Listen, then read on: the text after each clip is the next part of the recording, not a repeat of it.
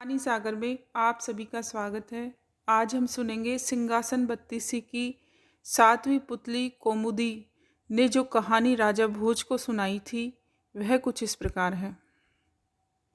एक दिन राजा विक्रमादित्य अपने शयन कक्ष में सो रहे थे।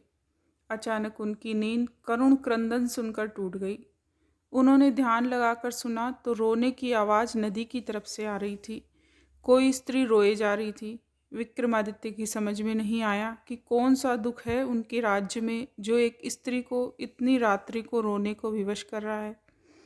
उन्होंने तुरंत राज परिधान पहना और कमर में तलवार लटकाकर आवाज़ की दिशा में चल पड़े। शिप्रा नदी के तट पर आकर उन्हें पता चला कि वह आवाज़ नदी के दूसरे किनारे पर बसे जंगल से आ रही है। उन्होंने तुरंत नदी में छलांग लगा दी तथा तैरकर दूसरे किनारे पर पहुंच गए। फिर चलते चलते उस जगह पहुंचे जहां से रोने की आवाज़ आ रही थी। उन्होंने देखा कि झाड़ियों में एक स्त्री बैठी हुई रो रही थी। उन्होंने उस स्त्री से रोने का कारण पूछा। स्त्री ने कहा कि वह कई लोगों को अपनी व्यथा सुना चुकी है मगर कोई फ़ायदा नहीं हुआ।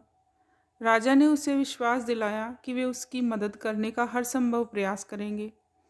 तब स्त्री ने कहा कि वह एक चोर की पत्नी है और पकड़े जाने पर नगर कोतवाल ने उसे वृक्ष पर उल्टा लटका दिया है। राजा ने पूछा, क्या वह इस फैसले से खुश नहीं है? इस पर औरत ने कहा कि उसे फैसले पर कोई आपत्ति नहीं है, लेकिन वह अपने पति को भूखा प्यासा लटकता हुआ नहीं देख सकती। चूँकि न्याय में इस बात की चर्चा नहीं है कि भूखा प्यासा रहे, इसलिए वह उसे भोजन तथा पानी देना चाहती है। विक्रमादित्य ने पूछा कि अब तक उसने ऐसा क्यों नहीं किया।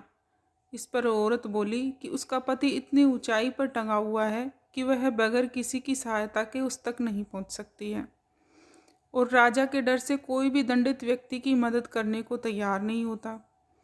तब विक्रमादित्य ने कहा कि वह उनके साथ चल सकती है।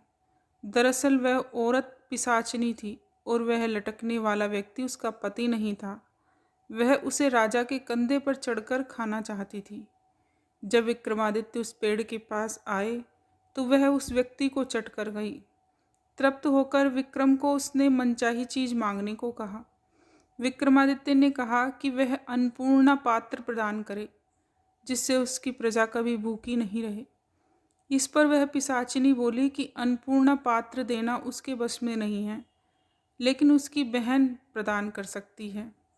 विक्रम उसके साथ चलकर नदी किनारे आए जहाँ एक झोंपड़ी थी। पिशाचिनी ने अपनी बहन को आवाज़ दी। आवाज़ देने पर उसकी बहन बाहर आई। उसने अपनी बहन को राजा का परिचय दिया और कहा कि विक्रमादित्य अन्नपूर्णा पात्र के सच्चे अधिकारी हैं, अतः वह उन्हें अन्नपूर्णा पात्र प्रदान कर दे। उसकी बहन ने सहर्ष अन्नपूर्णा पात्र उन्हें दे दी। अन्नपूर्णा पात्र लेकर विक्रम अपने महल की ओर रवाना हुए। तब तक सुबह हो चुकी थी। रास्ते में एक ब्राह्मण मिला। उसने राजा से भिक्षा में भोजन मांगा। विक्रम ने अन्नपूर्णा पात्र से कहा कि ब्राह्मण को भरपेट भोजन कराए। सचमुच तरह तरह के व्यंजन ब्राह्मण के सामने आ गए। जब ब्राह्मण ने पेट भर खाना खा लिया तो राजा ने उसे दक्षिणा देना चाहा।